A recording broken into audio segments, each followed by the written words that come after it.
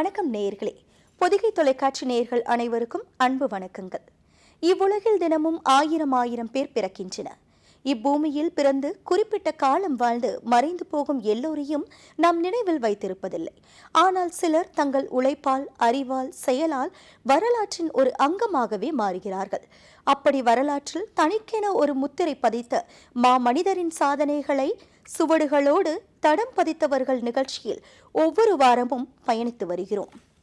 அந்த வகையில் இந்த வாரம் இந்திய பொறியியல் அறிஞர், நீரியல் வல்லுநர், கல்வியாளர், கவிஞர், எழுத்தாளர் என பன்முகம் கொண்ட சிறந்த ஆளுமை பற்றி பார்க்கவிருக்கிறோம். கணீர் என்ற குரல், தமிழ் பற்று, துல்லியமான சிந்தனை, அதை பேச்சிலும் கொண்டு வரும் திறமை வாய்ந்த சிறந்த மேடை பேச்சாளர் இவர். சாகித்ய அகாடமி, பத்மஸ்ரீ, பத்மபூஷன் விருது என பல கௌரவ விருதிற்கு சொந்தக்காரர் இவர். தமிழ் அறிஞர் என போற்றப்படும் இவர் பல பல்கலைக்கழகங்களுக்கு துணைவேந்தராக கல்வி சேவை ஆற்றியவர். நீரின்றி அமையாது உலகு என்றார் வள்ளுவர். உலகின் இன்றியமையா தேவையான நீர்வளத்துறையில் பல புதுமைகளை செய்த மேதை இவர். யுனெஸ்கோ நீர்வளத்துறை திட்டக்குழு உறுப்பினர் உட்பட உலக அளவில் பல முக்கிய பதவிகளை வகித்துள்ளார். ஆம், சர்வதேச அளவில் தமிழர்களின் புகழ் பரவச் செய்த இந்திய அறிஞர், பன்முக ஆளுமை வ.செ. குழந்தைசாமி அவர்களின் வாழ்க்கை வரலாற்றை புரட்டி பார்ப்போம்.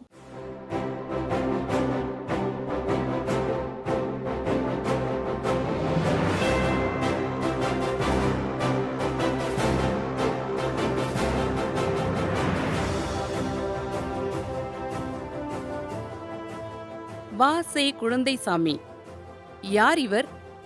அவர் ஒரு கவிஞரா, கல்வி வித்தகரா, அறிவியல் மேதையா, நீர்வள மேலாண்மை வல்லுநரா, சமத்துவ வாழ்வின் தூதரா? இதற்கான விடைதான் இன்றைய நமது தடம் பதித்தவர்கள் நிகழ்ச்சி. ஒன்றுக்கும் மேற்பட்ட துறைகளில் தங்கள் முத்திரையை பதித்தவர்கள் நம் நாட்டில் பலர் உண்டு.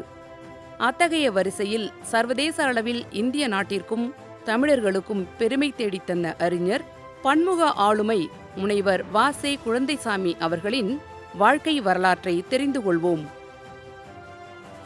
கரூர் மாவட்டம் தென்னிலை அருகே உள்ள வாங்கலாம்பாளையம் எனும் சிற்றூர் விவசாயத்தை பிரதான தொழிலாக கொண்ட ஊர்.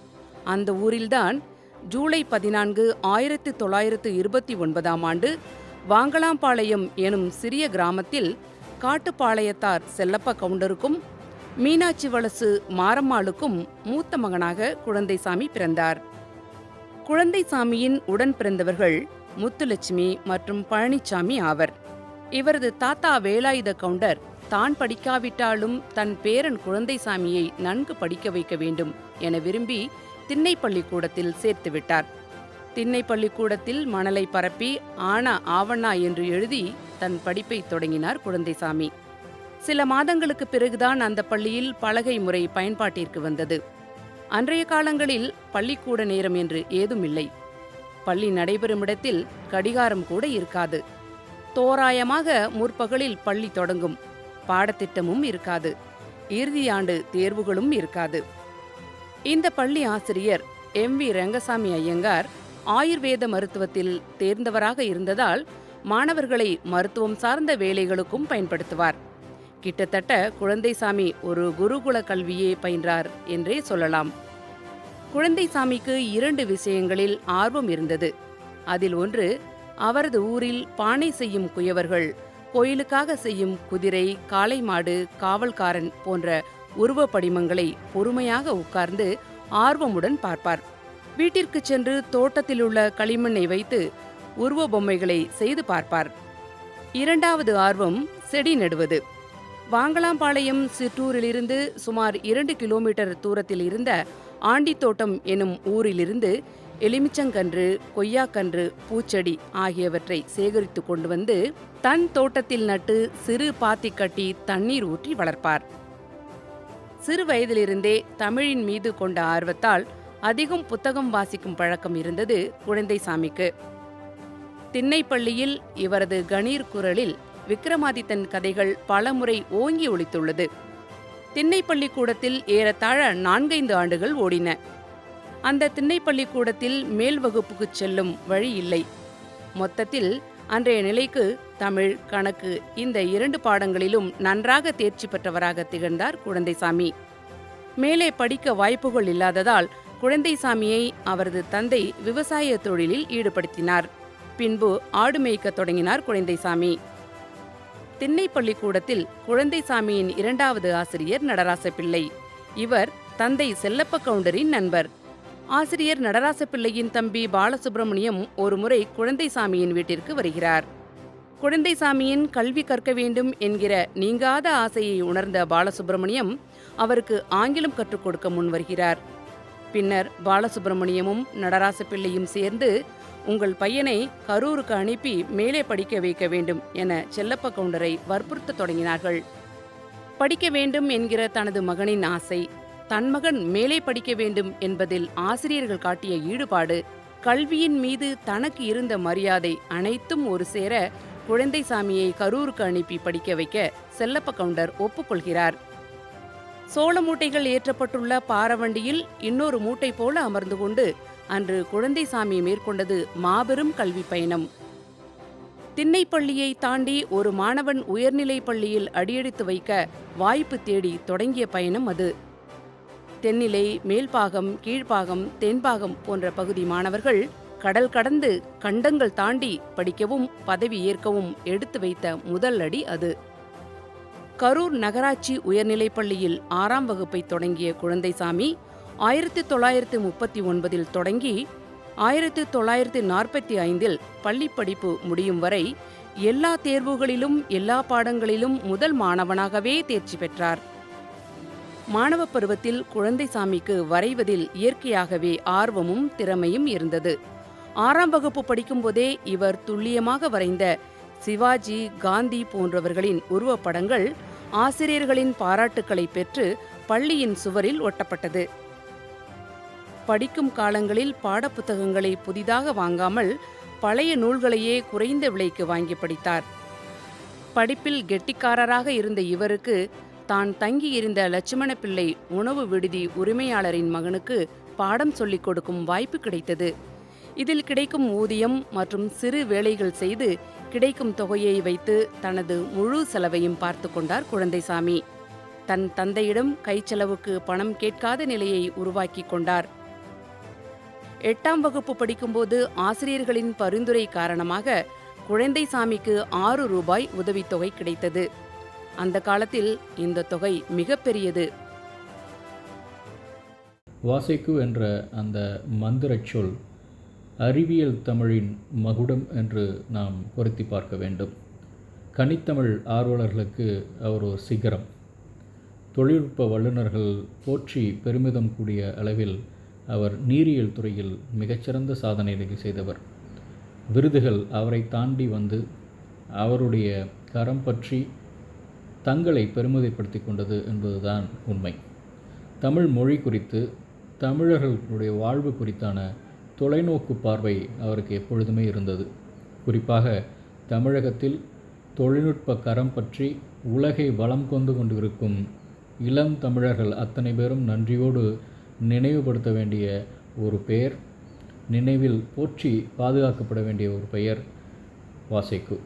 பகுத்தறிவோடு தன்னுடைய வாழ்க்கையை பகுத்து கொண்டவர், போற்றி பாதுகாக்கப்பட வேண்டிய நினைவுகளுக்கு சொந்தமானவர் திரு வாசைக்கு.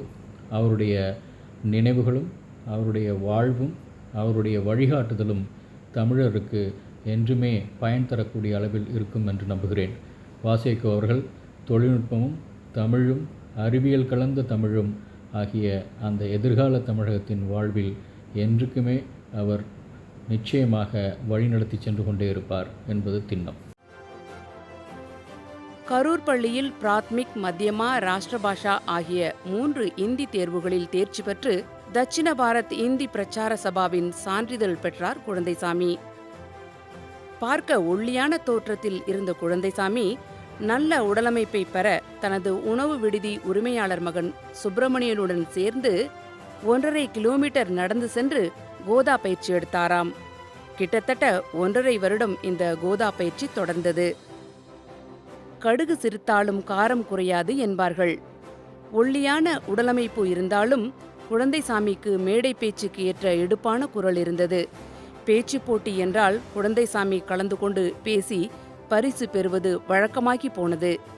ஆசிரியர்களின் ஊக்குவிப்பால் குழந்தைசாமியின் பேச்சாற்றல் பல திராவிட இயக்கங்களின் மேடைகளில் ஒலித்தது. இவரது பேச்சாற்றலால் மாணவர்கள் குழந்தைசாமியை பள்ளி தமிழ்ச்சங்கத்தின் தலைவராக தேர்ந்தெடுத்தனர். அப்போது பள்ளியின் தமிழ்ச்சங்கத்திற்கு சிறப்பு விருந்தினராக வந்திருந்த தமிழறிஞர் தேவநேய பாவாணருடன் குழந்தைசாமிக்கு நல்ல நட்பு கிடைத்தது. குழந்தைசாமியின் தமிழ்ச் சேவைக்கு இந்த சந்திப்பு தொடக்க புள்ளியாக அமைந்தது என்றே கூறலாம். தமிழகம் முழுவதிற்கும் சேர்த்து அன்றைக்கு சேலம் கல்லூரி ஒன்றுதான் நகராண்மை கல்லூரியாக இருந்தது. SSLCயை நிறைவு செய்த குழந்தைசாமி தேவநேய பாவாணர் பணிபுரிந்து வந்த சேலம் நகராண்மை கல்லூரியில் சேர்ந்து படிக்க வேண்டும் என்ற ஆசை ஏற்பட்டது. அதன் விளைவாக சேலம் நகராண்மை கல்லூரியில் சேர்ந்தார். விடுமுறையில் தன் கிராமத்திற்கு சென்ற குழந்தைசாமி சுயமரியாதை பிரச்சார கூட்டங்களில் பேசத் தொடங்கினார். இவரது மேடை பேச்சுக்களை கேட்க அக்கம்பக்கத்து ஊர்களிலிருந்து மக்கள் திரளாக வந்தனர். பல மேடை பேச்சுக்களுக்கு குழந்தைசாமி அழைக்கப்பட்டார். தக்க சொற்களால் கருத்துக்களை வெளிப்படுத்தும் அறிவாற்றலுடன் மேடை பேச்சுக்கலையை மேன்மைப்படுத்தினார் வாசே குழந்தைசாமி அவர்கள். அறிஞர் அண்ணாவிற்கு அடுத்தபடியாக தமிழிலும் ஆங்கிலத்திலும் பேச்சு திறன் பெற்றவராக திகழ்ந்தார். மேடை பேச்சு திறமை மட்டுமல்லாமல் தனது தமிழ் சேவையை எழுத்து மூலமும் தொடர்ந்தார். சிறு வயதில் இவர் எழுதிய பல கவிதைகள் பத்திரிகைகளுக்கு அனுப்பப்பட்டு பிரசுரிக்கப்படாமல் இருந்தது. கல்லூரியில் இவர் எழுதிய கவிதை சிலம்புச் செல்வர் மாப்போசியின் தமிழரசு பத்திரிகையில் முதன்முதலாக வெளியானது.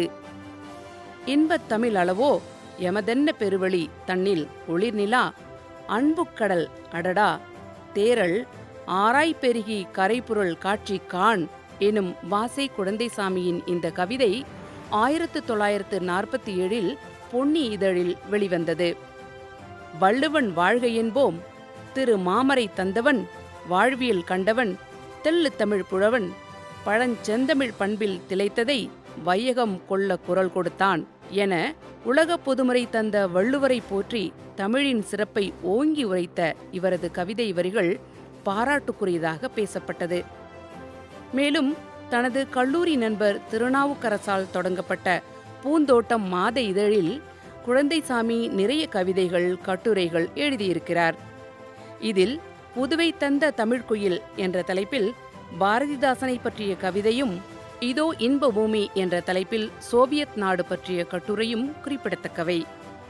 மேலும் நாவலர் நெடுஞ்செழியன் நடத்தி வந்த மன்றம், AP ஜனார்த்தனனின் தோழன் போன்ற பத்திரிகைகளிலும் கட்டுரை, கவிதைகள் எழுதியிருக்கிறார். தோழன் இதழில் குழந்தைசாமி எழுதிய ரூசோ பற்றிய கட்டுரை சிறப்பாக அமைந்து பாராட்டு பெற்றது. குழந்தைசாமி எங்கள் வாழ்வு என்ற தலைப்பில் எழுதிய கவிதையை பொன்னி இதழ் பாரதிதாசன் பரம்பரை என்ற வரிசையில் வெளியிட்டது. இன்றும் குழந்தைசாமி அறிமுகப்படுத்தப்படும் போது பாரதிதாசன் பரம்பரை கவிஞர் என்றே குறிப்பிடப்படுகிறார்.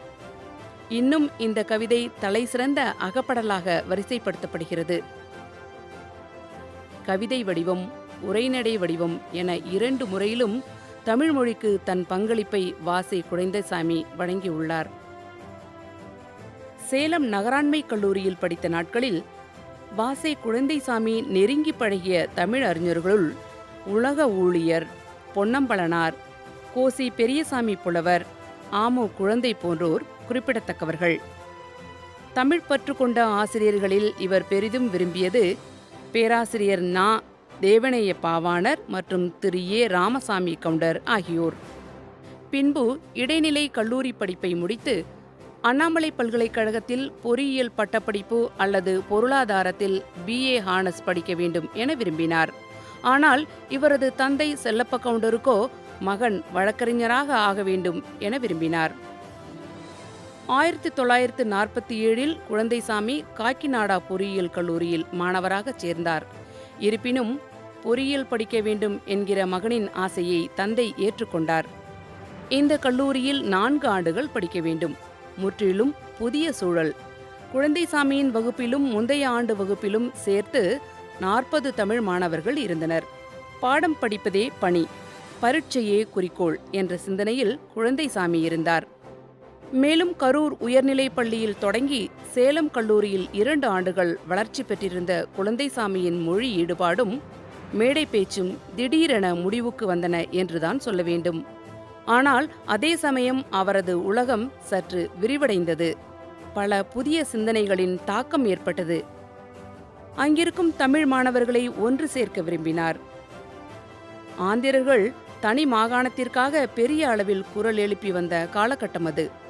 மேலும் தமிழர் மீது வெறுப்புணர்ச்சியை பரப்பும் வகையிலும் ஆந்திர தலைவர்கள் பலர் பேசி வந்தனர்.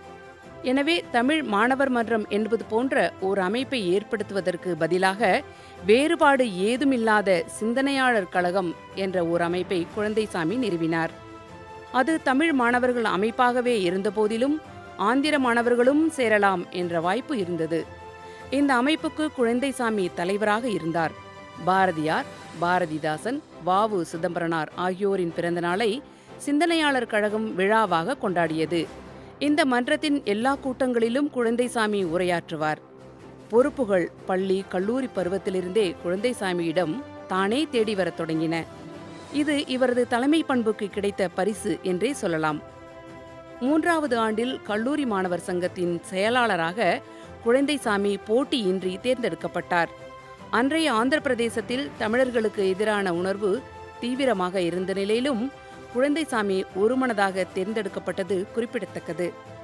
உருவத்தில் சிறியவராயினும் மாணவர்கள் உள்ளத்தில் உயர்வானவராக கருதப்பட்டார். காக்கிநாடாவில் உள்ள பித்தாபுரம் கல்லூரியில் நடந்த முக்கியமான பேச்சுப் போட்டியில் அவையின் பலத்த கைத்தட்டலோடு முதல் பரிசு பெற்றார். போட்டியின் முதல் பரிசை அறிவித்த நீதிபதி "He is head and shoulders above all the speakers" என்று குறிப்பிட்டாராம். பல போட்டிகளில் கலந்து பரிசை பெற்ற குழந்தைசாமி பேச்சு திறமையோடே பிறந்தவர் என்று அனைவராலும் புகழப்பட்டார். குழந்தைசாமி மாணவர் மன்றத்தின் செயலாளராக இருந்தபோது ஐக்கிய நாடுகள் சபை ஆண்டு விழாவிற்கு ஏற்பாடு செய்து நடத்தினார். இவரது சிறப்புக்கு இவரது 9 ஆண்டு காலம் என்ற நீண்ட பணிக்காலம் மட்டும் காரணமாகாது என்று எல்லோருக்கும் தெரியும். இவரை இமயத்திலே தூக்கி நிறுத்துவது இவரது ஆளுமை, தெளிவான சிந்தனை, தொலைநோக்கு பார்வை, திட்டமிட்டு செயலினை பணித்தல், நேர்மை, நியாயம் என பட்டியல் நீளும் என்றும் முடியாது. விதிமுறைகளை நுட்பமாகவும் நேர்த்தியாகவும் வரையறுத்து அவற்றிலிருந்து ஓரணுவும் நழுவாமல் செயல்படுத்துதல் என்பது ஒரு தலைவனின், வழிகாட்டியின், நிர்வாகியின் சீரிய பண்பு என்பதை உலகுக்கு உணர்த்தியவர் வாசே குழந்தைசாமி ஐயா அவர்கள். தமிழகம் முழுவதும் நுழைவுத் தேர்வினை நடத்த வேண்டும் என்று அரசு பணித்த போது அதற்கான திட்டங்களை சீரிய முறையிலே செய்து அண்ணா பல்கலைக்கழக பேராசிரியர்களையும் பணியாளர்களிடம் கொண்டே பல்லாண்டு காலம் அதை சிறப்பாக நடத்தி காட்டுகிறார் ஐயா அவர்கள்.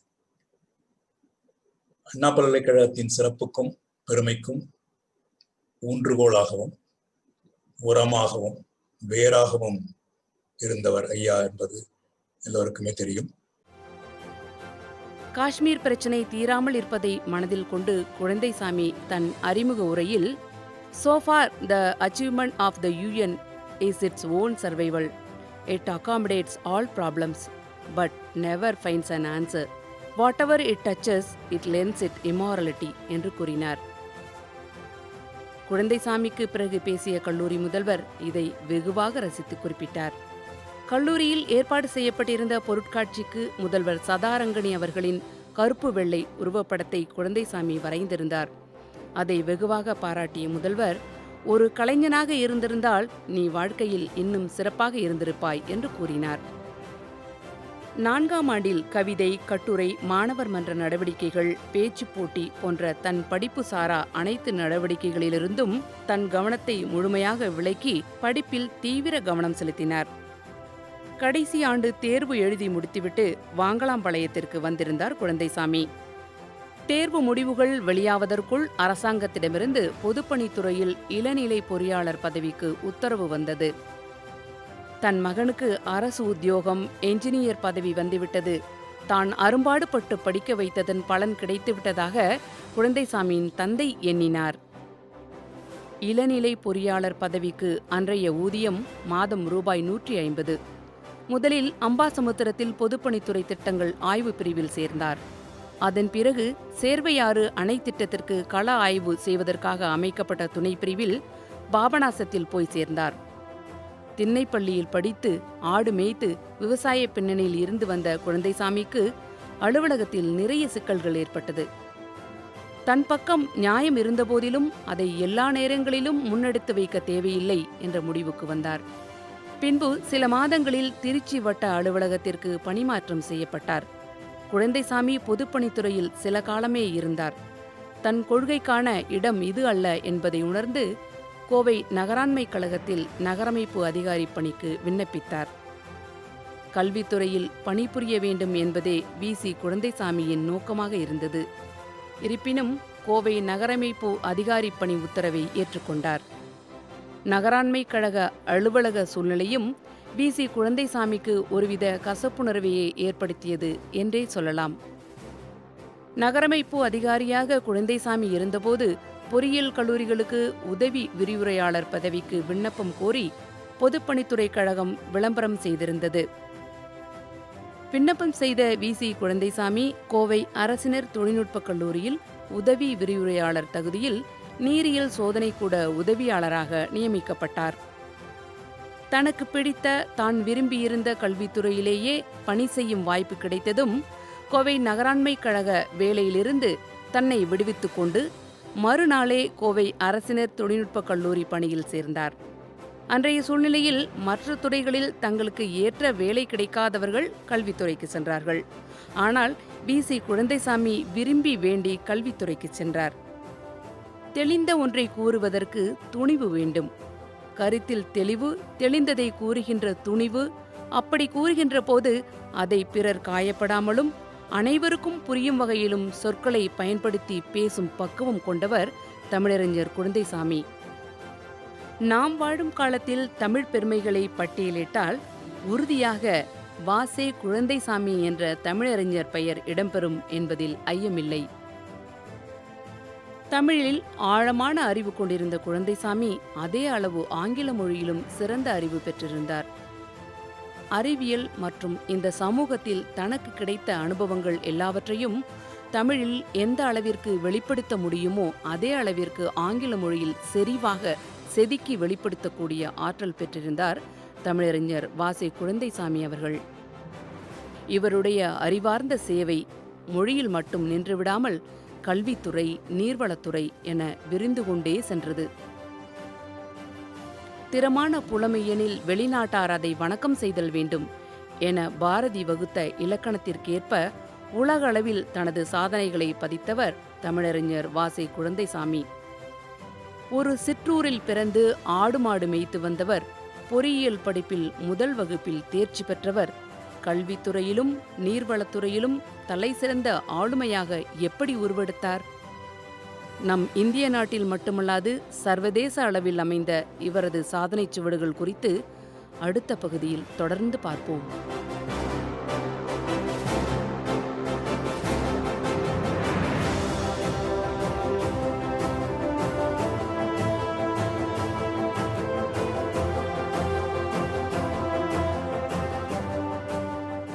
சிறந்த மனிதர்களின் வாழ்க்கையே வரலாறு ஆகிறது.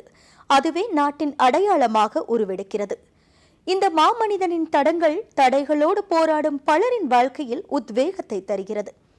அந்த உத்வேகம் மற்றும் ஒரு சிறந்த ஆளுமையை உருவாக்குகிறது.